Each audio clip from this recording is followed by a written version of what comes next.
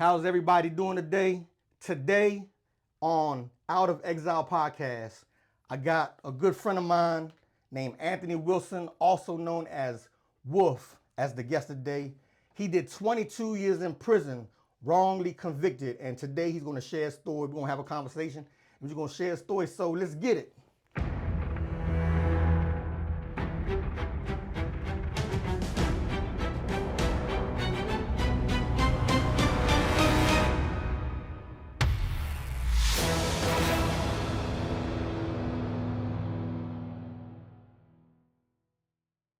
Man, thank you for coming on. You're the first guest that I have on this podcast.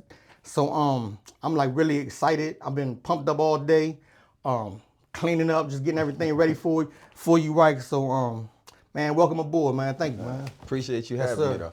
So it's your time. Just introduce yourself and tell us why you're here today. So Ren, a good friend of mine, we came through what I call college. People call it the penal system, prison. Right. But the reason I call it college is because we learned a lot. And now we utilizing those things that we learned to be benefit to us on the outside. Did 22 years for murder I didn't commit. Took me years. As you already know, I stayed in the law library, worked on my case.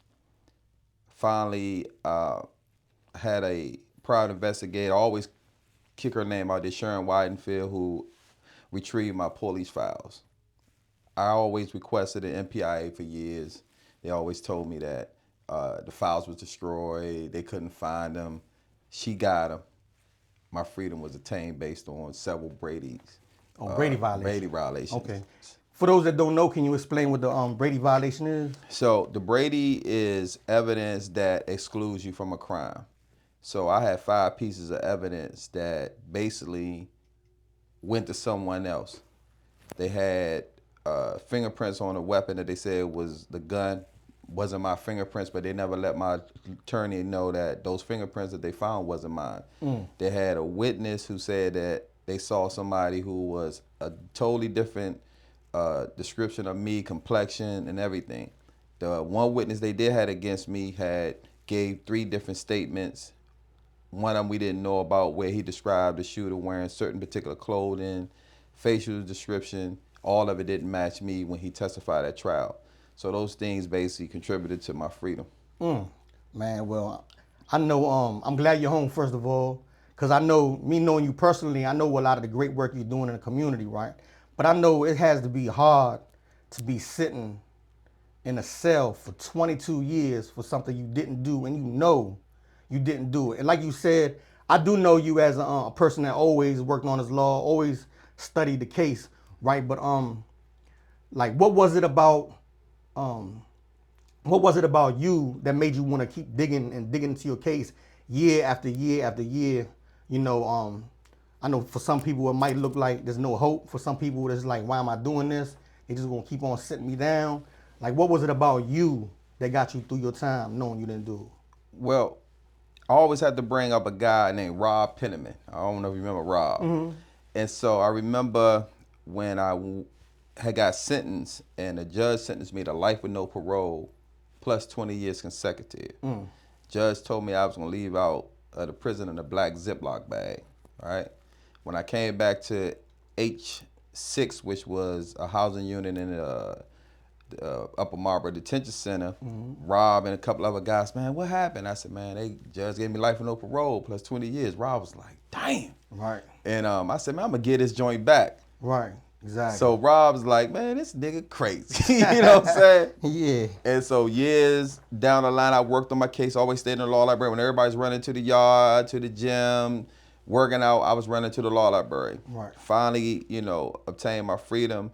And that's what one thing that Robin always talked about. He said, man, I always remember you said you was gonna give it back. So that started from day one when I received my sentence. So I was 19 when I came in, was sentenced when I was 20. And then when I came into the Maryland Penitentiary, I moved into a cell with a guy named Dashboard. Yeah, I remember Dashboard. Yeah. Eric Fall. Eric Randall. And That's so, right. So he didn't know I was from out the way. So when he found out I was out the way, he was like, oh man, you from out DC? I said, yeah. And he was like, what's going on? I said, man, I just need to know where the phones and where the law library. That was the first two things that Right. I asked him about, and he always remembered that. And then he ended up getting out based on him seeing me go to the law library. Right. As a young kid. So Yeah, that's what was my man. He was my first barber in the penitentiary. yeah, back in the yeah, he day, cut too. that hair. Yeah, he Yeah. was my first barber. So let's back up a little bit, cause we talking about you going to prison wrongfully convicted, right? But can you give us a little bit of insight on how your life was prior to going to prison? All right. So just before the incident occurred, I was going into the Army. I was going to be a military police. Wow. I was being shipped off to Fort Benning, Georgia for basic training. I was picked up by police, Prince George's County detectives, but it was not about the murder. That's what nobody ever knew. I was never picked up on the homicide that I was tried for. Right. I was picked up on robbery and kidnapping of some so-called drug dealers. So I'm down Barlow Road being questioned. I'm like Flavor Flav. I can't do nothing for you, man. Right. You know what I'm saying? So I Right. didn't say that. And my attorney at the time, Robert Bond, said when he came to see me, he had always said to me, and I never forget, he said, "Why didn't you make a statement?" I said, "How can I tell the police about something I don't know?" He said, "Man, good answer." Right. He said, "Man, you the first client I ever had that never made a statement to the police." Right. And so going through that situation just basically just altered my plans from being, retired probably from the military. Instead of doing 20 years in the military, I did 22 years in prison. Right. Right. And so it was a different role for me. Yeah, I know that's kind of tough, man. I know it's tough. I was part of my crime, went to prison, you know what I'm saying? But I do know what it's like to be sitting in there for something you really didn't do, right? Not on the level you know about it, but I do understand that, right? So when you was when you went through your trial and you went through your sentencing, what was going through your mind, knowing you didn't do this and the judge was like, I'm sentencing you to life, like how was it for you? What was you thinking? So doing that, to remember I was a 19-year-old man, and my life was not looked upon going that route. I was looking into going to the military, just serving the country and doing what I supposed to did in regards to my military job post, right, as an MP. And so going through that, it to me, I just never, it seemed surreal to me. So it was never like I was going to be in prison all my life. Even when the judge said life with no parole, it wasn't like, oh, I was like, man, that's why I told Right. Rob, I'm giving this joint. That's how I always been. Right. I just been resilient, always been strong. And all my buddies who know me, all my friends that grew up, they always said, you always been one of those dudes that nothing really affected you. Right. And I was like, and then I had my belief in God. So I always got to put God first on everything. That's so right. that's just what it was. So my whole thing was I'm gonna get out. And so I always came up with this scenario about when I used to tell guys who have life sentences, like a lot of us had, was when the judge sentences you to life, he sentences you for the rest of your life to find a way out. Right. And I never heard it like that, but that's true. And I said, That's what we did. Yep. And that's why when people always say, you I don't know if you remember the same, people say, what's up, Wolf? I'd be like, getting out of jail. Yep. What's up, Wolf? Working on my case. Right. What's up, Wolf? Going to the law library. Right. So everything that I said was always focused on freedom. Right. I used to wear a t-shirt all the time that said free rent. And anytime somebody used to walk around the jail and they'd be Yeah. like free rent, I'd be like, whoever said it, it could Yeah. be you. Like you might say free rent, like free wolf. Yeah. I used to do that all day, every Yeah. day, and I wore that t-shirt all the time. So I definitely know what it's like right there. So when you did get sentenced to life in prison and you left up on Marlboro, you went to DOC, right? Yes. And then that's a diagnostic center. Yes. And then you went to the penitentiary. Yes. The Maryland Penitentiary, Castle, Grayskull. Yes. Right. So when you first walked into those walls, I mean through those doors, it's not bars, it's walls. Yes. It's like you it's not a razor wire fence, it's like brick walls. It's a castle. It's like it's crazy. So I remember what it was like for me. Yeah. So what was it like for you? Well, for me, like I said, it was just a chapter in my life that I said, hey, this is something I got to deal with, and I got to find a way out. So I got to say, looking for a way out, trying to find a way out. That was my whole little motto in my head when I used to work out, run the yard, looking for a way out, trying to find a way out. And so that told you when I met Dashboard, my first cell buddy, the first thing I asked him, where the phones, where the law library. So to me, it was like, this is not my permanent place. Right. So I can't say what nobody else think. I know me. I was like, man, this ain't me. Right. So my mind was always on the outside. But I remember one point in time when we was in the penitentiary, and I was down C dorm. I moved down to C dormitory, and I remember we used to go into the annexes, like upstairs, and I used to look outside the window and watch guys play basketball, Right. run the yard, be out there, and in my mind, and I used to say to myself, this is a living graveyard. Hell yeah. And nobody never knew that. It's just the first time I've ever speaking about it. But I used to say, this is like living souls just walking around day after day. And it's like the movie Life, how you see people young and then they Right. getting old. So, and I said, this is not going to be me. Yeah, I understand. I went in when I was 17, and I remember seeing the same thing. One of the first dudes I met in there was Jerry Speaks, Mujahid. Yeah. And I remember asking him, how long you been in here? And at the time, he was like, I've been here 11 years. I only was there for a few days. He said he was in there 11 years. And I'm like, man, I can't even imagine being there for 11 years. And he was like, well, get some glasses. Yeah. Because I said I couldn't see it. I couldn't imagine. He's like, get some glasses. He said, because if you don't give your time back, you won't be here 11 years, 21 years, 31 years, on and on and on. And he was pointing dudes out in the yard that was like a 40, 50, some even 60 years old. 60 years. Yeah. And I'm like, man, I said, I thought at that point, man, I might not ever make it out of here. Yeah. Right. But I know the struggle. I know how it feels. I'm just glad that you knew your path. You knew what you wanted to do. Right. So who was in that penitentiary? Was anybody instrumental in helping you get on that journey of studying your case? So I would always bring out what they call the jailhouse lawyers. Gregory Jones Bay, Guy Hers, Right. John Booth, Right.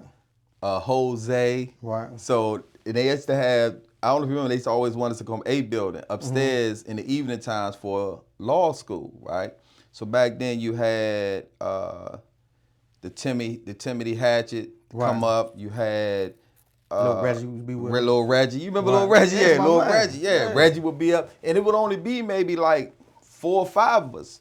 So most people want to be outside playing basketball, but we was upstairs learning the Right. law, how to shepherdize cases, what CT, APP stand for, MD for Maryland, the AP Maryland Appellate. So we was learning these things, right? And so that was very instrumental to all of us coming home.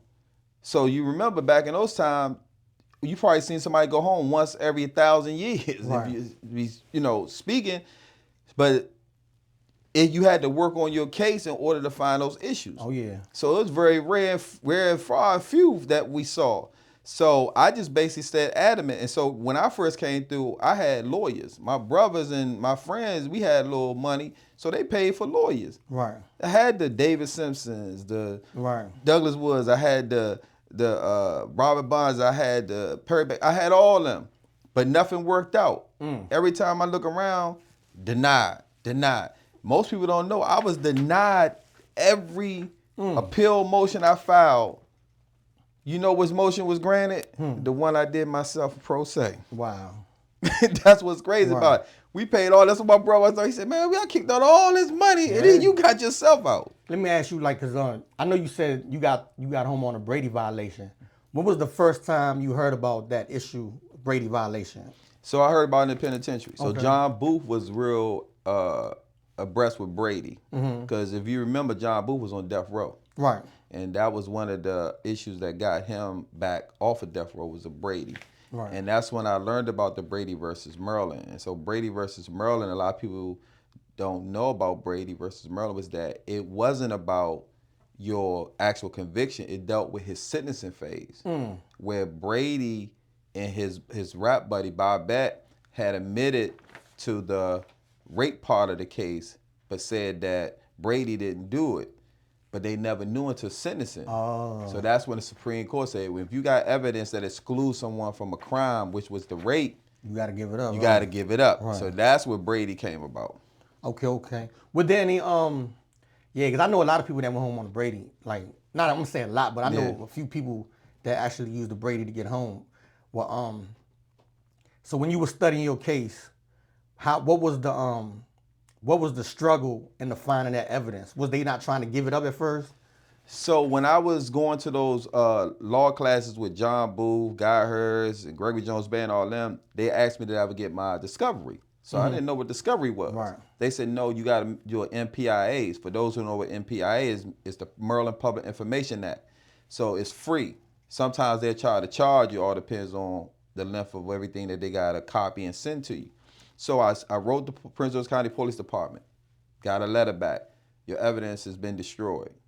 So when I showed it to John Booth and all, they said, man, how they destroy your evidence? This was 94. I got convicted in 91. Right. He said, how can they destroy your evidence only two years later? So we did it again. They sent me saying back, we're going to look in the warehouse. Your evidence can't be found. Wow. So I did this every 6 months as long as I was in. Who's the one looking for the evidence when they? Well, they supposed to be the custodian of records. Cause I was just like, okay, what if somebody's looking and they see, oh man, this man got some evidence, and they might try to cuff it. Yeah, the custodian of records is the ones that find and get all your information for you. Gotcha. And so they just couldn't find it, so I couldn't prove nothing. So end up hiring, and I'm gonna tell you how ironic this situation occurred with me. When I hired Sharon, paid Sharon, I'm in the day room, and one of the officers come and say, Wilson, you got legal mail. So I go, it's a big package from Sharon Weidenfield. So I read the letter, hey, this is your discovery that they said they couldn't find, I got it for you. So like you said, you excited. I'm like, oh man, I gotta find out what's in it. When I started reading it, I said, I'm going home. Right. When I saw that, Yeah. the fingerprints, and I remember my lawyer arguing to the judge, what about the Latins or the Latins on the gun? And the prosecutor said, oh, we're not using that. The judge said it doesn't matter if you're using it or not. If y'all took Latins and they didn't match the defendant, you need to let the lawyer know. But it was never brought back up. But that was one of the issues amongst all the other Brady. So I had 5 pieces of Brady in it. Man, that's amazing, man. That's crazy. I mean, I ain't gonna say it's amazing, but it's amazing that you found that, and the games they play just to get a conviction. Yes. You know what I'm saying? The games, man, they wicked, man. They very wicked. But I'm glad that you had the energy to talk to people, to learn about discovery. And I say that because I know so many people from that penitentiary, from the annex, the cut, all that was locked up 10, 15, 20 years at the time and still didn't even have their transcripts. Yes. You know what I'm saying? Even good friends of mine. And I've been like, why you don't get your transcripts? Why don't you work on your case? And like, if you ain't getting no hustle to get money to get a lawyer, why you ain't working on your case yourself? And some people, they just gave up. And they get caught up in the day-to-day. Yeah. Next thing you know, weeks go by, months go by, years and decades go by. And then we looking like that movie Life, like you said. Right. All of us got gray hair, all of us looking older. You know what I'm saying? But you never gave up. And that's what my aim is for this podcast, for this channel, is to highlight stories of people that didn't give up. Yeah. People that locked up for crimes they didn't commit, like yourself and a few others that I know, and for people that actually did their crimes, that went to prison and for some reason or another changed their lives and are now home and they're doing some great things, right? That's what I want to highlight, because I know a lot of people out there that's probably going to watch this episode never heard of the Brady violation. I know a lot of people never heard of these things, right? So or any other issue that might come up in any of my episodes, right? Yeah. So I'm glad that we have a platform that we can highlight stories. So and I'm definitely glad that you're my first guest to be able to highlight your story, because it's very powerful. And I know it's powerful because of the great stuff that you're doing out here. Yeah. Right. So what was like some of your challenges when you first came home, or if there was any? So with me, I would say I'm not gonna say, because life gonna be challenging. You always have challenges, like regardless. Even if you got financial stability, good relationships, whatever, there's always gonna be some type of challenges. So when I was released, I ended up with a young lady. And what was so crazy about it, I was in pre-release, and a little guy, Antmo, I don't know if you remember little light-skinned Antmo, he had came through the pre-release unit out in Jessup, and he saw me. He was like, Wolf, man, what's up, Slim? Man, I heard you gave that joint back. Man, I said, man, I'm holler at you, man, I want to talk to you. So he come back in, he said, man, look, I got this little friend, and my girl, she got some sisters, right? And I was like, okay. He said, man, I'm trying to link you in. So when I go out there to go talk to his girl, she told him, I'm not linking my sister up with nobody like that, right? And I said, man, let me talk to her, right? So I got on the phone with his girl, talked to her, let her know about me. He come back in the dorm. He said, man, my girl like you, Slim. She gonna hook you up with it with her sister Jess. I said, okay. So as fate would have it, end up talking to her sister Jess. Me and her became close. Came home. She was there outside the door with her and her son. She greeted me. I was staying with my father down in Upper Marlboro. Then I ended up moving with her in Baltimore, and then we stayed together for like 4 years until we got married. Stayed together for 4 years, 2 years off. Then we got a divorce. So people came and assisted me. So my cousin got me a job doing deliveries I did it for about like a year. Told the guy who was the supervisor, I can't do this. I started my own cleaning business. So people were still calling me, asking me to help them with their cases and things of that nature. And so I remember, I don't know if you remember this lawyer named Christopher Griffin. No. So Christopher Griffin was well known for a case that he had won. The guy was locked up in the penitentiary with us, but he beat the case in Montgomery County. It was a murder case. And it was the first not guilty case in Montgomery County for murder. So then his name became real popular. And so I was in court one day for a case he was doing, and then when I come out into the lobby up in Marlboro, he said, man, you the guy Wolf? I said, yeah. He said, man, a lot of guys be talking about you. He said, man, you need to get your papers. So what papers is he talking about? You know what papers he talking about? No, I don't know. I didn't even. You said, I said, papers? He said, man, look, I read your motion, your stuff you drafted. He said, for my client, he said, man, go get your paralegal certification so you can become legit. Certified. Certified. I didn't know. So I ended up going to Howard University School of Law in D.C., and they was doing a pilot program for paralegals. They was only allowing 20 paralegals in. Oh, wow. But you had to do a essay for them to determine why you should be admitted into their program. So I did a essay on my wrongful conviction. So Professor Joanne Fax, who was the dean at that time, called me in with her and a couple of her staff and was talking to me about my case. And I told them what happened. And they said, we like your story. We're gonna let you in, but we're not gonna let nobody know about your situation. Right. And so that's how I attained my certification. I graduated 2014 from Howard University School of Law paralegal. Man, that's awesome, man. That's awesome. Like while you were speaking, I was thinking about like when you were in prison for wrongfully convicted. While you were gone for those 22 years, were any relationships with you and anybody in your family like destroyed because being, they say out of sight, out of mind? Maybe from your end, you just looking at them like they don't got my back, so I'm not dealing with them when I come home. and if there was, like what steps did you had to go through to try to rebuild those relationships? So that's interesting you asked that, right? Me and my daughter, we close now, but my daughter was in her mother's belly when I came in.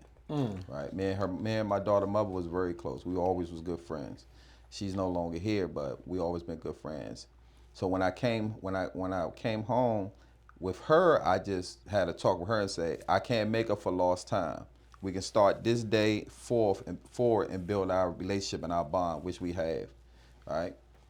I had a friend of mine's. Well, let me take that back. I had a guy who I thought was my friend, who never came to see me, never wrote me, never sent me no money, never sent me a letter, nothing. No pictures, none of that. Right. Nothing for the whole time. And so one of our childhood friends who we all grew up together, he happened to talk to me and he was like, man, you talk to such and such? I ain't gonna even say his name. He know who he is. And I said, nah. He said, man, I'm gonna tell you something, man, but don't take it back to him. He said, man, I asked him about you. And he told me, man, that nigga Anthony, he gonna die in prison. And that's what my man told me. That crushed me. Because I love this dude, and I thought this dude loved me back. Right. So when I came home and he found out I was coming home, he reached out to me. So he come up, him and his wife, man, what's up? And I'm just sitting there, yeah, da. So when I come home, he basically extends his hand to me, man, da da da da. But he's saying that it ain't reciprocated like where we were back before I went in. And he's like, hey, what's up? I said, man, I'm good. You know what I'm saying? All right, he don't know, I already know he left me for dead. Right. So I don't deal with the guy. Wow. You know, Yeah, so I feel that. yeah, so certain relationships when if you know you got a person that you said you love and you feel this person love you, and then he basically said he leaves, say he gonna die in prison, but it come back to me. That's why I always tell people I'm protected. Right. People don't understand. For people that spiritual understand what I'm saying. I'm protected. That's right. So things that I put out in the universe that I don't see, it comes back to me. Exactly. By some form, some fashion. Exactly. And so that's why I was like, I hang out by myself. That's what I was telling you earlier before we started this. I said, man, Brent, I hang out by myself, man. It's the most peace, man. Right. Because you know you're going to be real. If you're going to be real to yourself, right. You know what I'm saying? So I can't fake on me. Right. So I don't deal with nobody. Right. Man, I understand 100%. Because I know, I know a lot of guys that we know that was in the system and came home. And even out of a lot of those guys, there's a few that I talk to, a few that I see. You know what I'm saying? But I'm more with my family. I'm with my family all the time. I don't have no time really to hang out. I don't go to a lot of events no more. I don't do none of that. I did when I first came home, but I understand that. I'm on a mission. Like, I still live in an apartment. I'm on a mission to get a house. You know, and I'm just on a mission to grow. The work that I do in D.C., I work with youth that are in the system. I'm a credible messenger. I work for Mankind. That's the name of the provider. I have a lady named Michaela who's my supervisor, and she's amazing. But I do a lot of work with youth, and I know that you do too. I do know about the program called Fresh.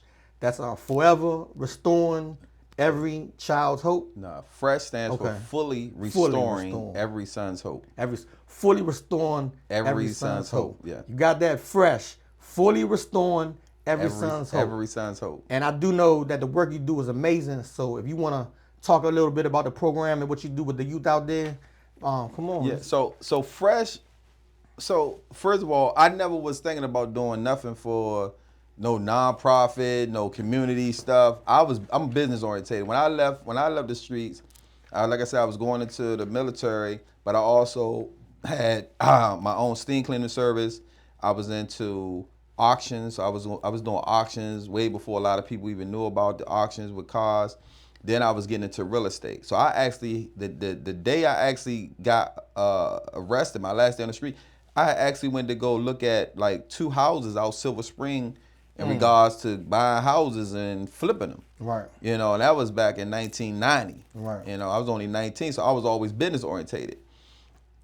So when I came home, and this what struck me, because I'm a hustler. I'm from Northeast DC. I moved out of Northeast. I used to live on G Street, 315 G Street, Northeast.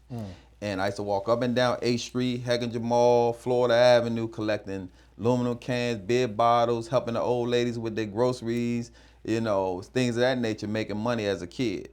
A young man came to me, he asked me, "Oh, gee, you got $1 on you?" And I'm looking and said, "What you gonna do to earn this $1?" You know, and he was like, "Man, OG, I'm just trying to get something out of the store." And so I talked to the young kid, and something hit me.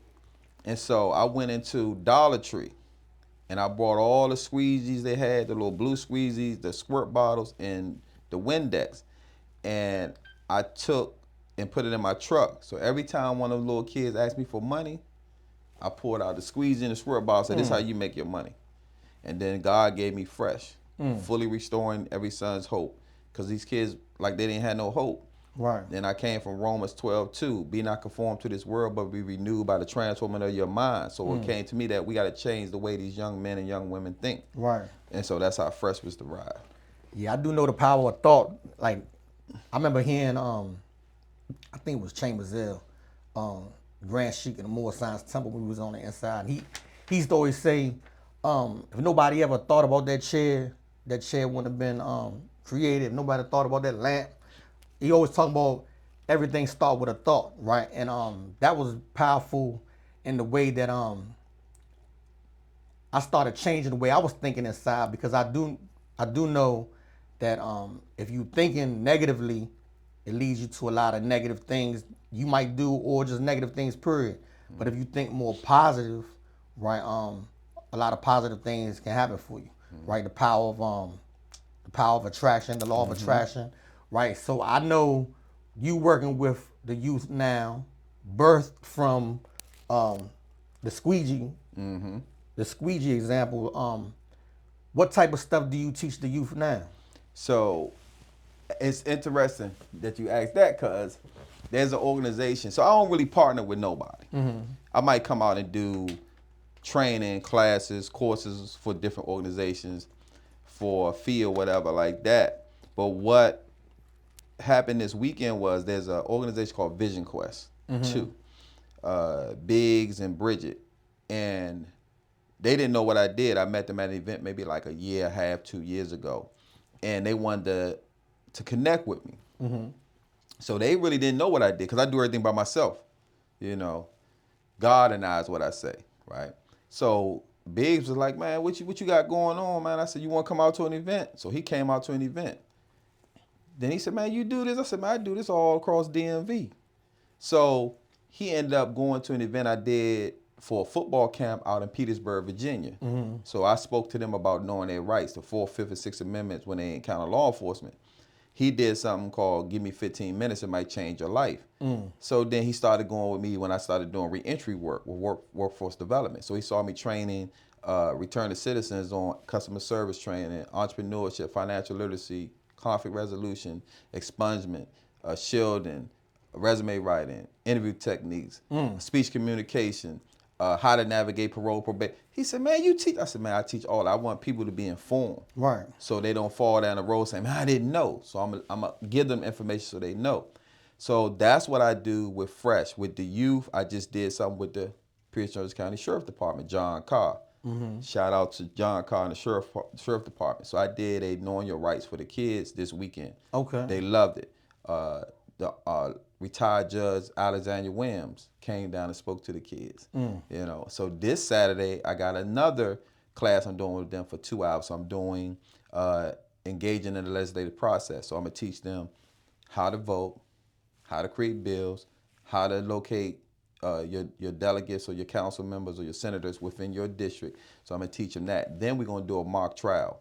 So we already set it up for who's gonna be the judge, who's gonna be the bailiff, who's gonna be the defendant, who's gonna be the two prosecutors, the two defense attorneys, and we got a jury. So we're gonna do that. We already got a case scenario for them, and then they're gonna play that role out. All this gonna be done Saturday. So that's all I do is just give back. That's great, man. That's great work. I do know that even me at 51 years old, I don't know my rights on a lot of stuff if I got pulled over. What's your Fifth Amendment I right? don't know. Oh, what's the Fifth Amendment? Everybody know the Fifth. Yeah, we know the Because everybody Fifth. in court always say, there you go. Exactly. Shut your mouth up. Be quiet. All right. Be quiet. Right, but I think it's great that you doing that work, teaching, just teaching the youth exactly what their rights are, because a lot of us don't know. And it's sad, like you see what's going on in DC right now. Man, so many people just getting pulled up, and probably 90% of them don't even know their rights when they're getting pulled up. So I think it's great work that you're doing. Do you have anything, any other thing lined up? So last year I did Fresh Start, Fresh Thinking. Fresh Start, Fresh Thinking. It's a life career planning program. So the program graduated 15 students last year. The program was based on, it was a young lady out in San Diego, California. So she saw the work I was doing on Facebook. So I had left Facebook, social media, for about 2 years, because I don't like negative stuff. And every time I look on somebody complain about this, so I went off the page. So when I was on the page prior to that, she reached out to me and said, hey, I love the stuff you're doing in the community with the youth. I got a program that I want to work with you on, helping kids be prepared for graduation, for their college, careers, businesses, or whatever. So I went to San Diego and met her, and we developed a program. Wow. So it was just sitting dormant for like about 4 years, the whole plan. So I reached out to a council member, sent them the proposal, and he gave us funding. And so that was that class, the first class. So this year I'm trying to get it again. Supposed to start in October, graduate in November. And so right now we trying to get funding for that, and might not have the 15 students again like last year, but if we can get 5 to 10, that's the impact. So I always tell people, you make an impact on one, you make it on the whole community, because a lot of times what we don't understand is they're what they call influencers. So I try to get those individuals that people respect, like the youth, and have them come talk to me. Of course. And then they can come and bring all those other individuals that respect them and let them know what we're doing, and so they can get the information. Okay, I'll be sure to when I post this, that I'll be make sure that I put all your links to anything that you have. It could be a website, it could be social media, Yeah. it could be a link to any events that you got coming up. Yeah. I'll make sure that I plug all that stuff in there. But I do want to ask you, because of your experiences being falsely accused, falsely imprisoned for a murder you didn't do, right? Then having to do 22 years on that, and all your experiences while you in prison. I know you've been through multiple prisons, in them 22 years, and then just coming home and doing all the research to teach the classes that you teaching. Like, how has that shaped your views in the criminal justice system, and how does that affect your advocacy for the just the stuff you're doing now?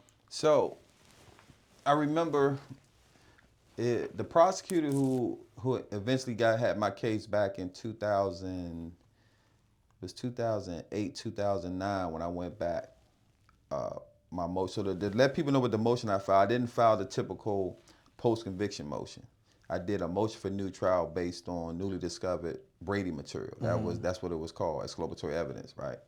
So the prosecutor I had is one of the hardest prosecutors in PG County, right? I don't know if you know her, but her name is Alana Gales. And when the attorney that they put on my case was a PD, had come to see me, and she was like, "Look, Alana Gales don't play.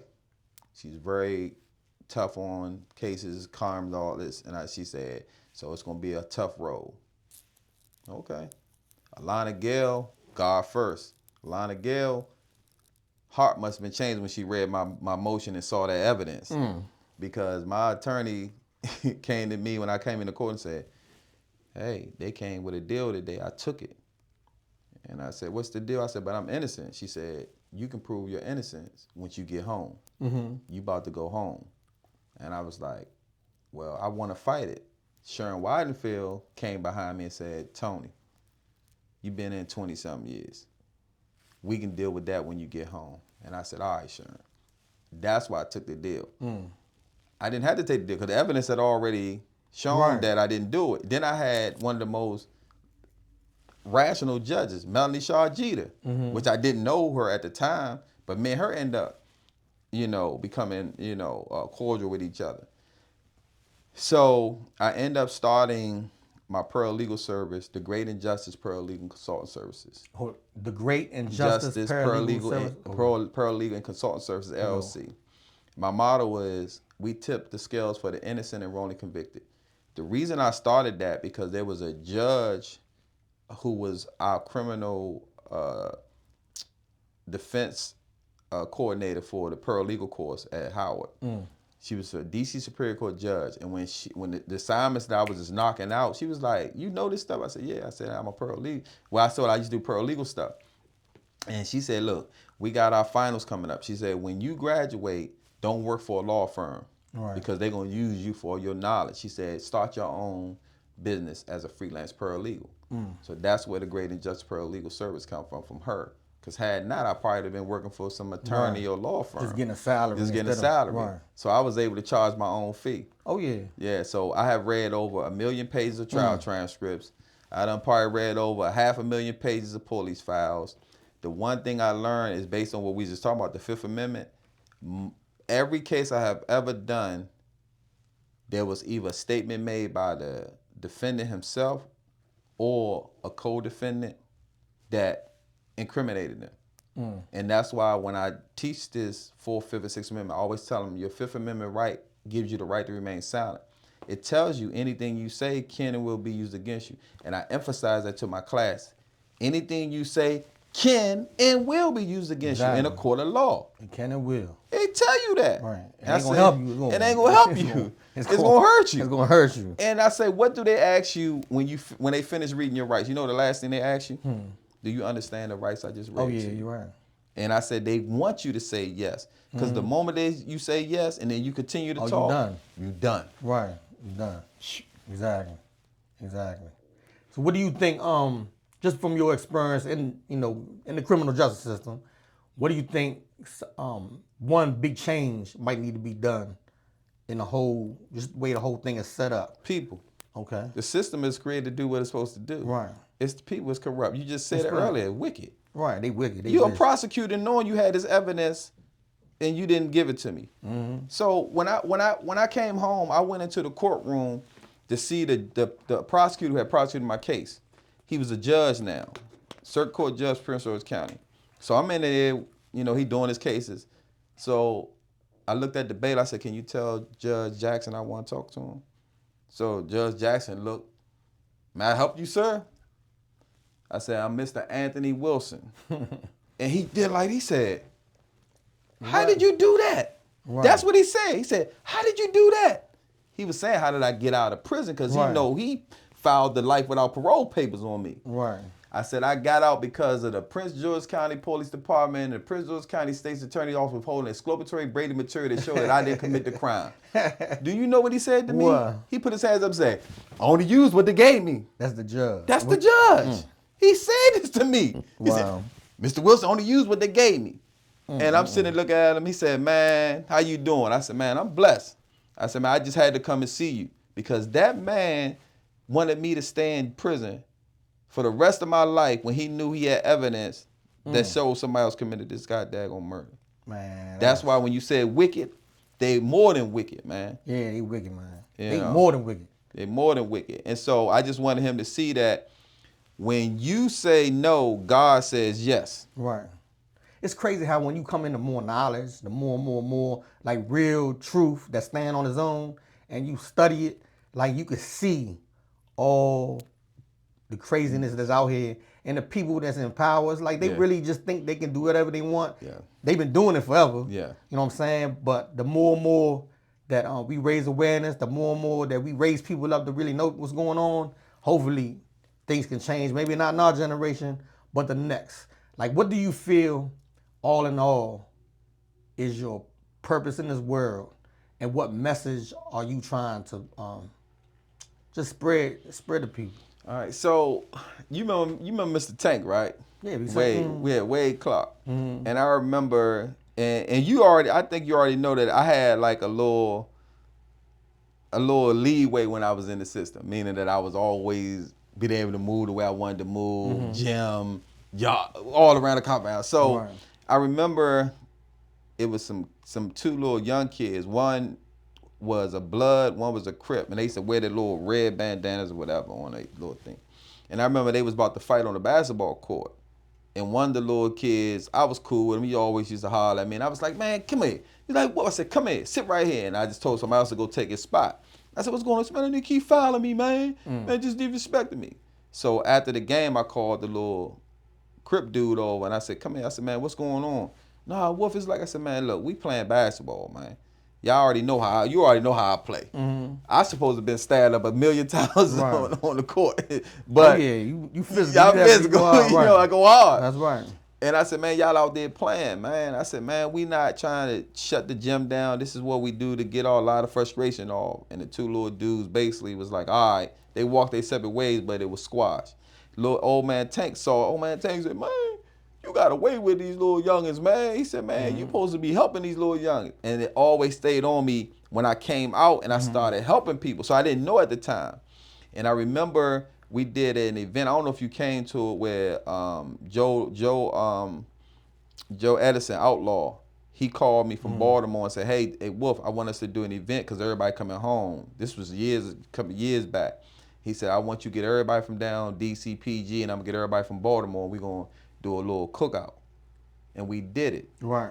That was at Powder Nah, it wasn't Mill? Powder Mill. It was up there in Glen Burnie. Oh yeah, I It was wasn't that at part. It that was joint. called. It was. Yeah, you wasn't. I don't think you was home yet, but it was Oh called wow. Seesaw. It was called Sawmill Park or something in Glenburn. Everybody came Right. out. I mean, all the OGs and Nah, I was all. there. You was Yeah, there. it was close to Annapolis, right? Close to Yeah, Annapolis. So you yeah. came out to Yeah, I it. was there. So yeah. Yeah. So you seen everybody that came Right. out. Right. So Tank, old man Tank came because I got all y'all out there. Right. And 'Cause I it, think at the time, who had just came home? Somebody, I think You Turner had- Bay just came home right Turner, before that, right? I don't Right know before if that. Turner Bay was there, but I know Saladin, Yeah, Turner Bay Guy was there. Hers. He was there. He was playing baseball, throwing basketball, football, something with Ace. I forgot what it was. But we did that event, and the old man Tank came to me again. He said, "Whoa, you was able to get all these dudes out here, man, on your word, Slim." He said, "Man, that mean a lot of dudes respect you, man. You know how he talk, man. You know a lot of dudes respect. I ain't even know dudes respect you like that." And I said, "Tank, I'm just Yeah. who I am." I said, "You came out. Guy Hers came out, Right. based on me asking y'all. Wilson Bay, all the dudes Yeah, I came seen out. Wilson Bay was there. You know, Big Bill, Big everybody, Bill, Mark yeah. Bell, And that was based on me Bell, reaching out to all them saying, "Hey, man, I need all y'all to come out here. This is Yeah. what we doing. All right, Wolf, we coming." We gotta do something again too, man. We gotta do something Yeah, again Outlaw soon. called me about that, right? Right. And so what I found was that my calling on this earth is to give back. So when people say, "Wolf, how do you get your strength and how you get your energy?" It comes from the Lord. Right. Man, I'm gonna drain you because you've been around. You're a creditor or messenger. So you dealing with a lot of people that's going through a lot of stuff that you might got a dude over here that's beefing with somebody over town here. So he try, man, I gotta right. stay. So you gotta try to diffuse and find a way to make sure nothing happens in that area. Then you got somebody over here that's got some issues where they dealing with medications, where they dealing with mental health. So now you got to deal with trying to make sure they taking their med. So you dealing with that aspect. So me, I'm dealing with certain aspects too. Somebody don't got a job. He Right. beefing with his baby mother. They got a warrant over here, so I got to help them make sure that the warrant that they don't get locked. So we dealing with these facts. So we actually taking on other people's burdens in our lives. Right. All day. You do any type of social work. Yeah. Man, I try to shut it off before I come home. Yeah. You know, my wife, she work in DC and she run 3 groups every day.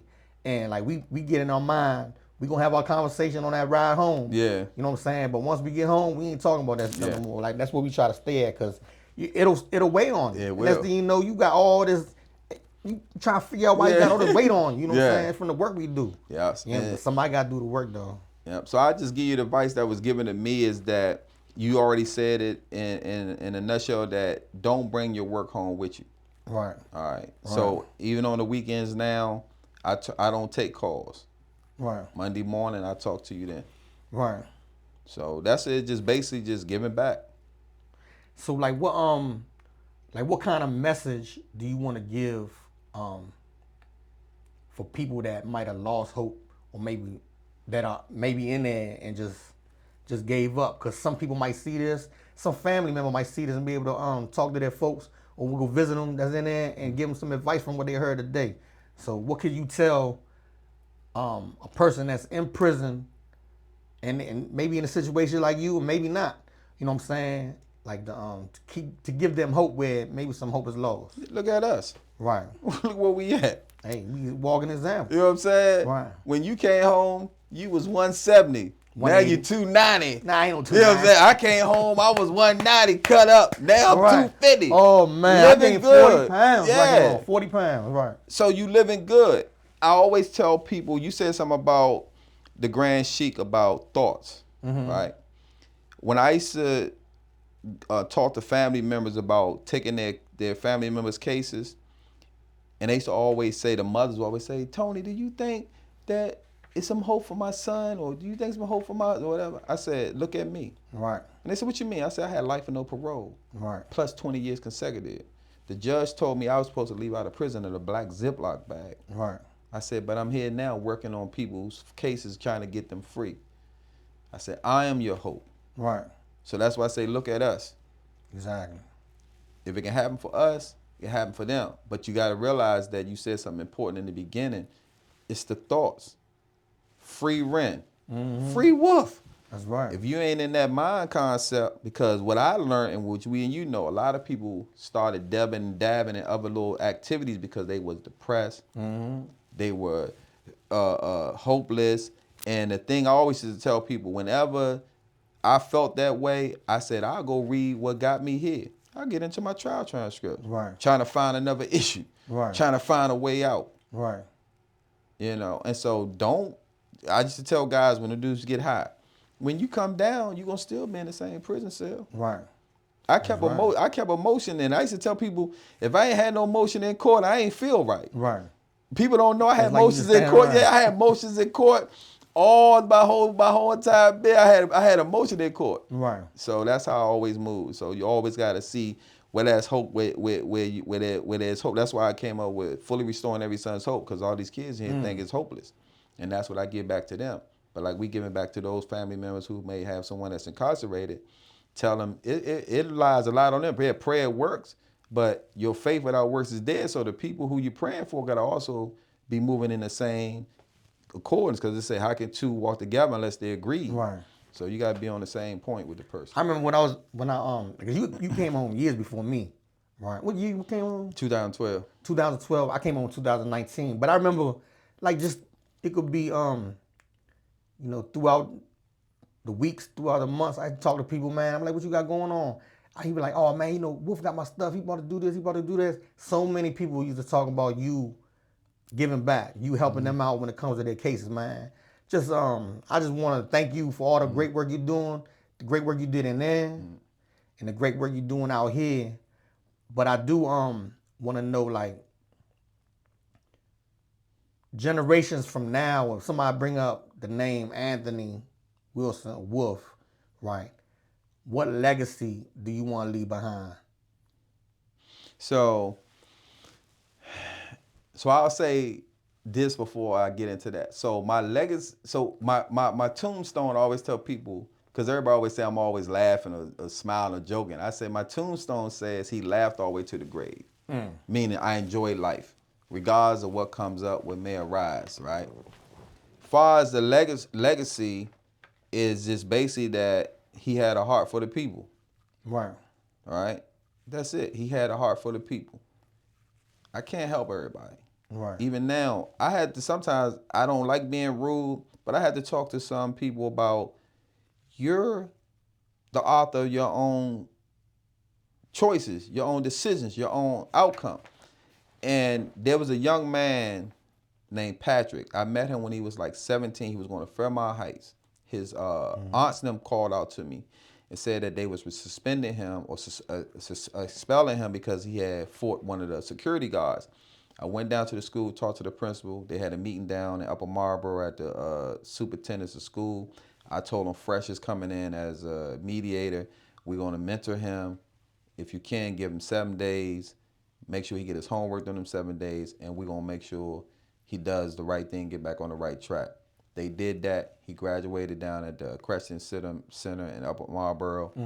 The reason I bring him up, because I got a call from him last week. This young man, like 25 now, 17.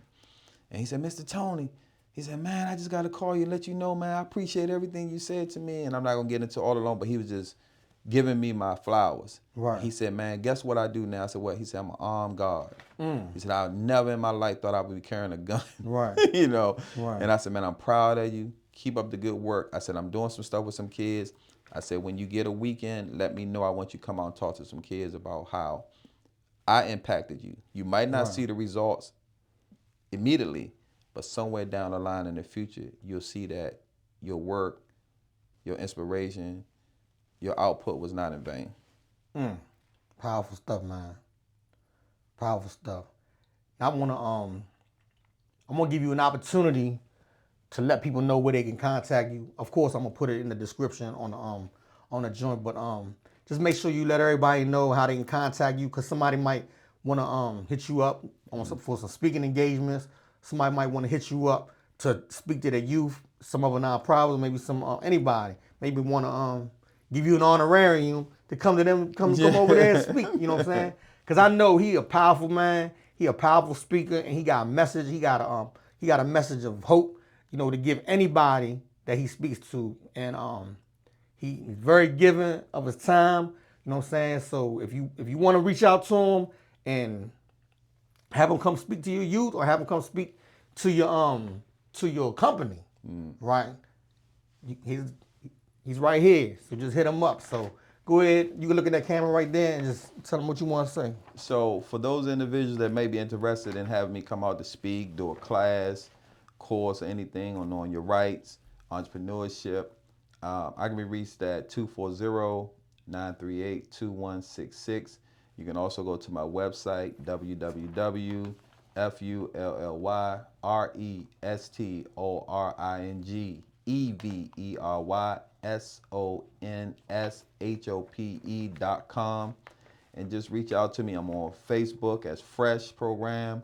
You can reach me on my Instagram at Fresh Start 2013, and just look and see all the things that we're doing in the community. And I always say you can do it alone, but you can't do it by yourself. So if you need me, I'm here. Thank you, man. You my first guest on this podcast that I envision. I can see it blowing up. Yeah. I can see it enlightening a lot of people, and I'm excited for everything that you got going on. I'm excited for everything that I got going on. We out here, man. Yes. We out here, man. Thank you All so right, much, man. I appreciate appreciate you, All bro. right. Man, thank you, man. And that's it. It's a wrap. Peace. Yes, sir.